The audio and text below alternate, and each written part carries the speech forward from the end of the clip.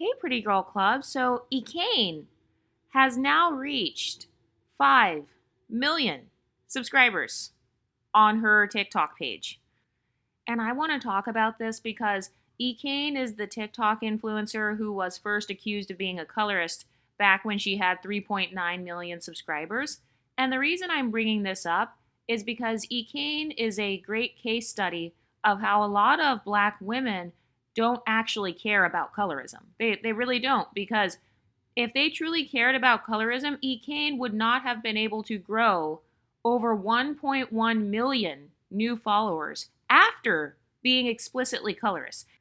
And another thing I want to point out too is that when it came to Ekane's initial statements, Ekane was actually repeating what she had heard dark-skinned black women say about themselves. So she was repeating what she heard them say. She was throwing it in the face of the girl who was like beefing with her at the time. And I find it interesting that Ekane was called colorist, yet the dark-skinned black women on the internet who talk about how they'll never be able to make it to certain heights due to colorism, those women are not colorist. But if a light-skinned woman repeats the same thing, she is colorist. So, that's what happened with Ekane. But it's just very interesting that she has gained 1.1 million subscribers. So I want to do a little psychoanalysis of why I believe she has gained that many followers. Number one is because, like I said, a lot of black women, they do not care about colorism. They just use colorism as a weapon to try to cancel a person that they're mad at. So if they feel like you think you're better than them, that's when they want to try to cancel you and call you colorist. So they weren't calling Ekane colorist before. They only started calling her colorist as she gained more popularity. And, once Ekane went online and started flexing her success and flexing how much money she makes in comparison to other content creators, then suddenly she was a colorist. So you're only a colorist if you have visible success that is more than unambiguous women, and then you kind of flaunt it. So it's really interesting how they actually don't care about who benefits from the isms. It's more so that you're not supposed to acknowledge that you benefit from isms. And we saw that that's what Ekane did. Ekane acknowledged that she benefited from light skin privilege and that is a part of why she is so successful. And I do agree that according to unambiguous women's talking points, us exoticals do have an advantage, supposedly, on social media. Apparently, more people want to watch our content, more people like our content, and that leads me to my next point. So part of the reason I feel that Ekane has continued to grow is because a lot of women will not admit that they live vicariously through women who look like Ekane. They live vicariously through women with her phenotype. And one of the main ways you can tell they live vicariously is because they will use terms like, oh, she's just brown-skinned. It's like, okay, well, if she was just brown-skinned, then how is she a colorist light-skinned woman then? How is Ekane a colorist light-skinned if Ekane is not light-skinned? You're just calling her brown-skinned because you are brown-skinned, and you want Ekane to be in the same category as you. So have you noticed how women will break down blackness into different skin tone categories, and then they will try to put non-white passing light-skinned women in the quote-unquote brown category because they want to be in the same category as you. They want to be associated with you. So that's another form of kind of living vicariously through another phenotype. So I believe that is another reason why a lot of black women follow Ekane, because let's be honest, the majority of her audience is black. Her content is very catered to the black community. The vernacular that she uses, the slang that she uses, kind of like the jokes and cultural references that Ekane uses are all black references. So it's safe to say that she is catering to a black audience and she has a black female audience.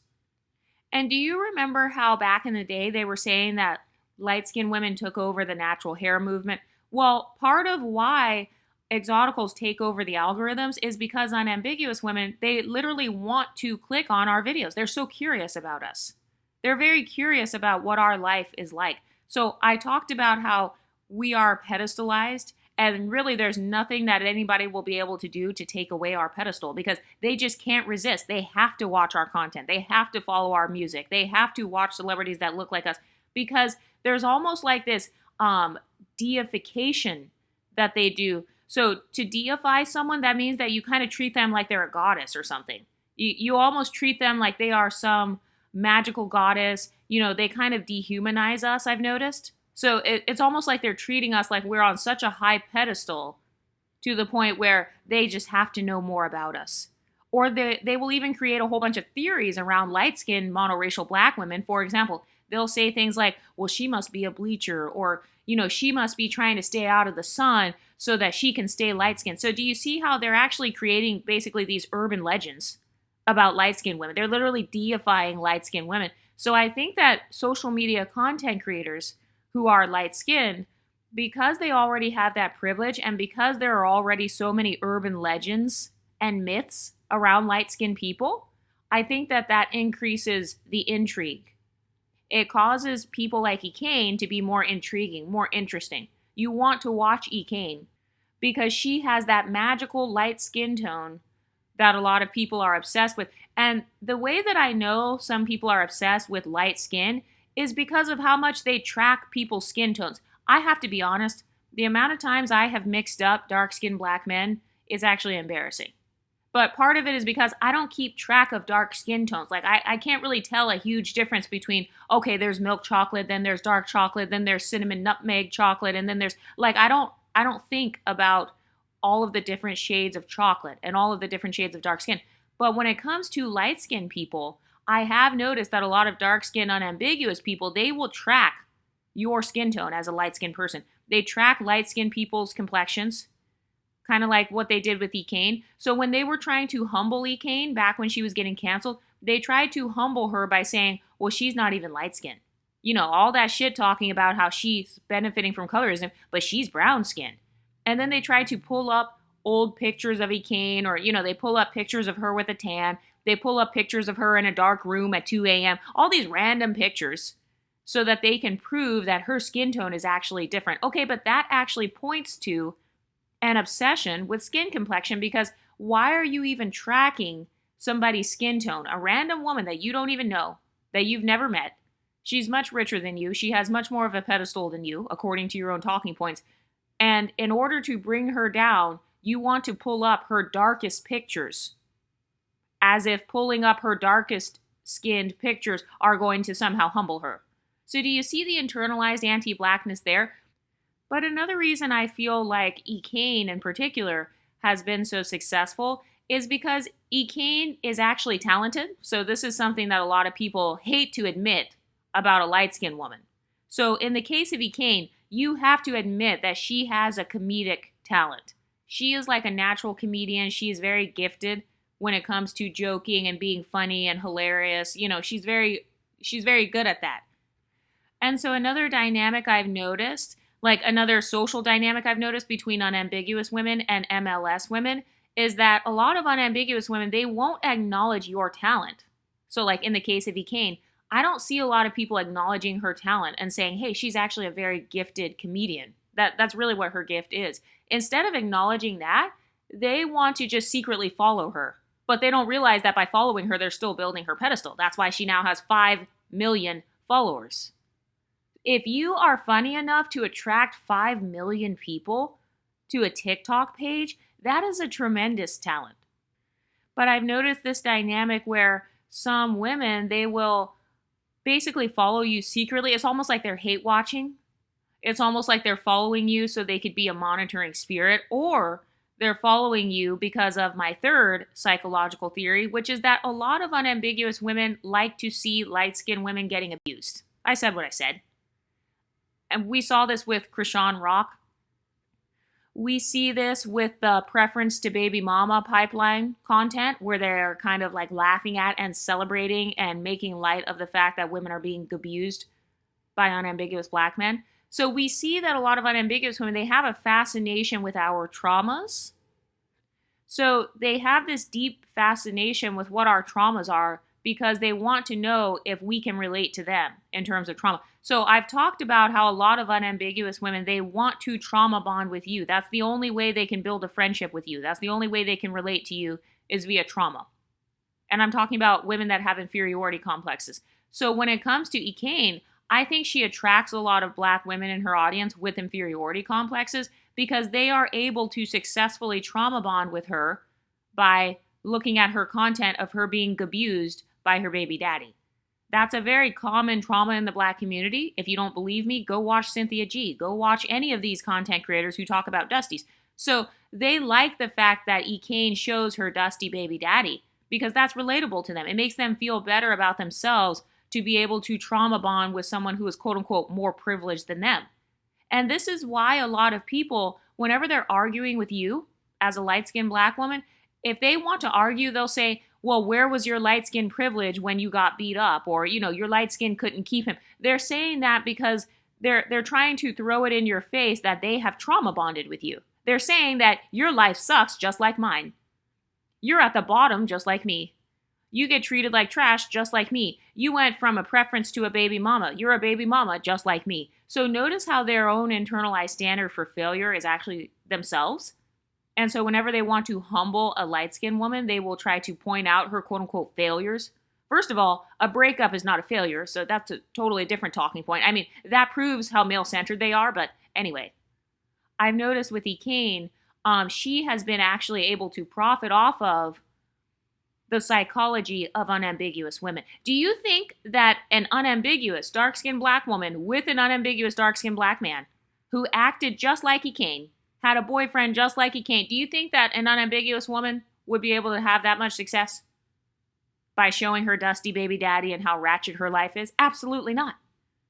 And that's because a lot of Black women, what they're looking for in a public figure, they're looking for someone who is relatable, but also aspirational. So by the way, being relatable in the eyes of them is really like them being able to trauma bond with you. So being relatable means she has struggles just like me. She has traumas just like me. She gets cheated on just like me. Bad things happen to her just like me. They think that that's relatable.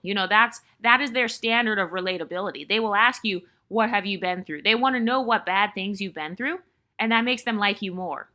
So I think that's a part of how Ekane was able to grow her following. It's because Ekane has been very transparent about her, codependent relationship dynamic that she has with her baby daddy. So I think that made unambiguous Black women like her more because they're like, oh, I have a codependent relationship with my baby daddy, so I can relate to that. Let me follow her. Next thing you know, Ekane is at 5 million followers because of all these women trauma bonding with her. Or, they're seeking someone on TikTok that's going through the same things as them, but she's also, quote unquote, prettier than them in their own eyes. And so it makes them feel better. Like, yes, even the pretty girl gets treated the same way as me. Yes, even the pretty girl that's light-skinned gets punched in the face. Yes, even the pretty girl, she has a bad parenting dynamic with her children. She's a bad parent just like me. So do you see how their own internalized mental illness, like a part of our pedestal as exoticals, unfortunately, is built by the mental illnesses of unambiguous women with inferiority complexes? The number 3 reason why I think a lot of women follow Ekane is because Ekane provides them with a form of escapism. So, for example, I saw the clips where Ekane, she shaved her head or she went bald or she ripped out her hair, something crazy like that. I can't remember if she took a razor to the middle of her head and then kept the hair on the sides. So she purposely allowed her hair to look crazy. And then, she went online and she has no problem showing herself in her natural state with her hair looking messed up. So I think that actually increased Ekane's relatability because that is what a lot of her followers look like under their lace fronts. Yeah, I said what I said. Because why would you see somebody with a giant bald spot and you really truly feel like, oh, that's so relatable, and you actually really want to follow that girl now because she reminds you of yourself? Okay, so you're exposing the fact that you are bald-headed in a lot of cases underneath your own lace fronts, and so that's why you like Ekane more than all these long hair content creators. You like Ekane because she mirrors what you look like when you take off the wig and you have, broken off edges or whatever, or your hair's short. It's 1 inch long. We all know that alopecia is a very common struggle that a lot of unambiguous Black women have. So I think that a part of what helped Ekane to grow is Ekane, whether she realized it or not, she was increasing her own relatability. That is very relatable to a lot of unambiguous women.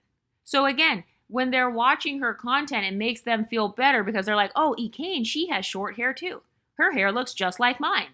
Her hair is 1 inch long, just like mine. And I know that all unambiguous women don't have hair like that, but I'm saying the ones who feel like Ekane is the most relatable person, yeah. And we all know that it's very common for women to wear lace fronts because they don't want to show their type 4 hair in its natural shrunken state. We already know that. That's why they're obsessed with stretching their hair. They don't like their shrunken hair. They don't like it. A lot of them hate to see 4C shrunken hair. And I know that Ekane doesn't have 4C. I don't think she has 4C. Correct me if I'm wrong, but a lot of unambiguous black women, they don't like shrunken 4C hair. So if you have shrunken 3C hair, no problem. If you've got shrunken 2C hair, no problem. Shrunken 3A hair, shrunken 3B hair, no problem. But if it's shrunken and 4C, absolutely not. Name one woman who is the main beauty standard of unambiguous women with shrunken 4C hair, because even Lupita Nyong'o got dragged. In fact, maybe I'll make a video about that next. How Lupita Nyong'o was actually being dragged by black women for her shrunken 4C hair. So I think that Ekane being bald-headed, it's something that is very comforting to a lot of unambiguous women, because I've noticed that if you trigger a woman's inferiority complex, that's when you are going to receive a lot more hate. So I think that Ekane is able to kind of avoid some of the hate because she has a short, bald spot in the middle of her head. So that's more relatable. If Ekane would have had long 4C hair down to her tailbone, or if she would have had long natural hair and she's also wearing the lace fronts, do you think that people would still respond the same? No, I think that more women would have their jealousy triggered if she would have had, the long natural hair and then she's flexing that as opposed to only flexing the lace fronts. I think that her having the short hair and flexing the lace fronts only, that's more relatable because a lot of black women do that. They like to flex lace fronts, but they don't flex their tiny afro. They don't flex their TWA. That's not the average black woman. The average beauty trend for hair is lace fronts, and Ekane knows that, and she was able to successfully play into that so she could make tens of thousands of dollars per month off of her black female audience. So black women's internalized texturism actually contributes to Ekane's success. Another thing, too, that I think contributed to her having $5 million is her skill. Well, it's her phenotype tied together with her hair styling skill of her lace fronts. When Ekane does her lace fronts look a lot more effortless than a lot of unambiguous black women I've seen. So I think that some women are actually following Ekane so they can get tips on how to do their lace front to make it look like Ekane's. But little do they know, part of what makes Ekane's hairstyle look effortless is that a lot of women have that phenotype naturally in real life. There are actually a lot of light-skinned women who have curly hair or silky hair or, natural baby hairs. So I actually think that's what's making it look a little bit more effortless on Ekane. And it's also the fact that she doesn't constantly do the extreme baby hairs 24/7. She kind of styles her wigs. Something else that I think contributed to Ekane's success is her being a baby mama. Yep, I said it. Her being a baby mama is very relatable to a lot of black women. I know that every black woman is not a baby mama, but I think that a lot of her subscribers are unambiguous black women who have children and a baby daddy similar to the guy that she's with.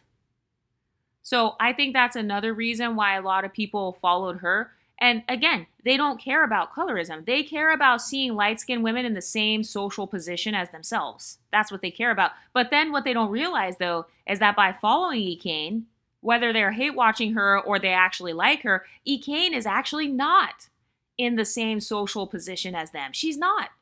The average unambiguous woman is not making $30,000 a month, $20K per month.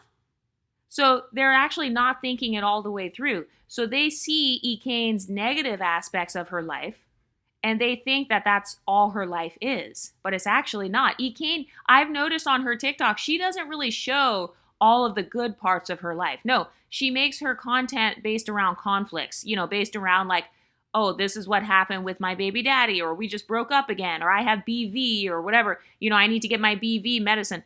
But I don't actually believe that Ekane's life is just all the way bad 24/7. No, I think that's just what she shows us on TikTok because that's what her subscribers want to see because that's what's relatable to them. So that's what they want to watch. They don't want to watch Ekane cashing in those checks.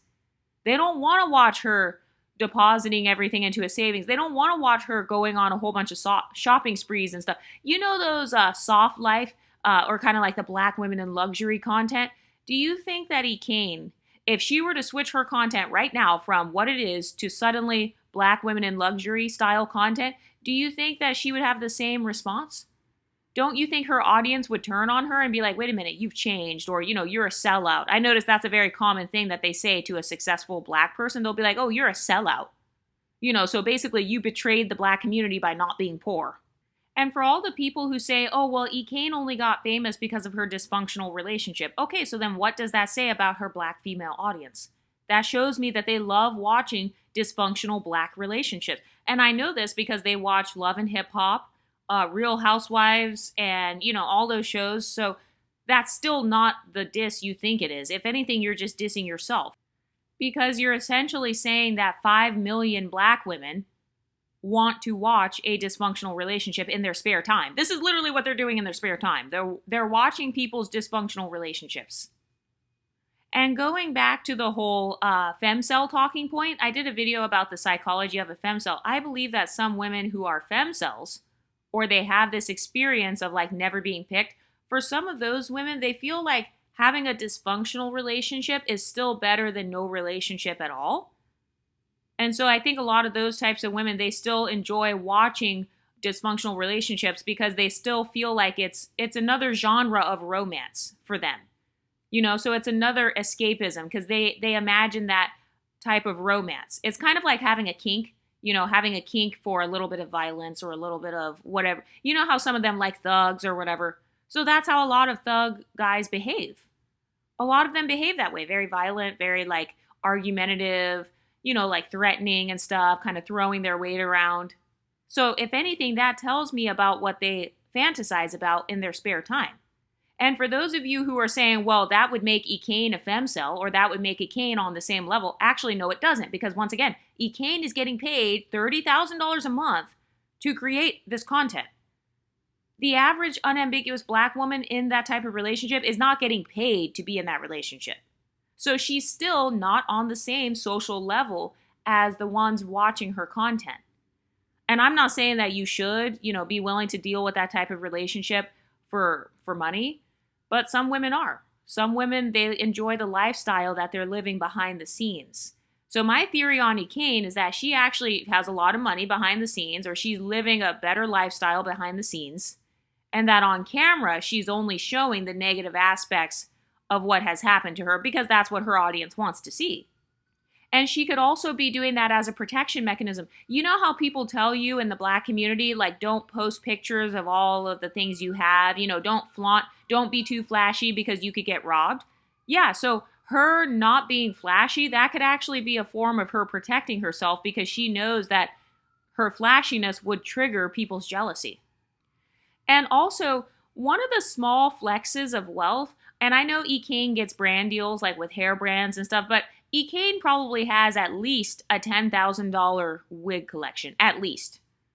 Because some of the wigs that I've seen her wear, these wigs are $300, $400 wigs. Okay, so that is aspirational to a lot of black women. Instead of spending $500 on figuring out how to change their diet so they can grow their 4C hair, a lot of black women will spend $500 on a wig. That's aspirational to a lot of unambiguous women. And for the people who say things like, oh, well, Ekane is not attractive, she's not pretty. Okay, tell me what's ugly about her. Eyes, nose, lips, skin tone, what? Hair texture? What makes her ugly? Name the exact features that make her ugly. Name her natural features that make her naturally ugly. They won't be able to answer because they know deep down inside she is not ugly. And for the people who say, oh, well, Ekane, she does not have light skin privilege. Okay, how many black women do you know that could be bald-headed and have big circles in the middle of their head and still be a famous beauty and lace front hair content creator? How many? Because I've never seen anybody do that other than Ekane. So if anything, that's actually a sign that she has extreme pretty privilege at the very least, because she's able to get away with having a big ass patch in the middle of her head and people still are tuning in to her videos because they still see her beauty. Even if she shows herself in the thumbnail.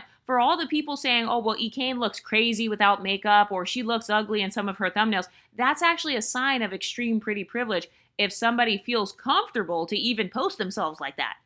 Most women would be most unambiguous women are embarrassed to even show themselves without their lace fronts on, even if their hair is long. A lot of unambiguous women are afraid to show themselves with no lashes on or no makeup or whatever. So Ekane, her pretty privilege is still strong enough. She believes that she's pretty enough to still show herself in that way and to make beauty videos on top of that.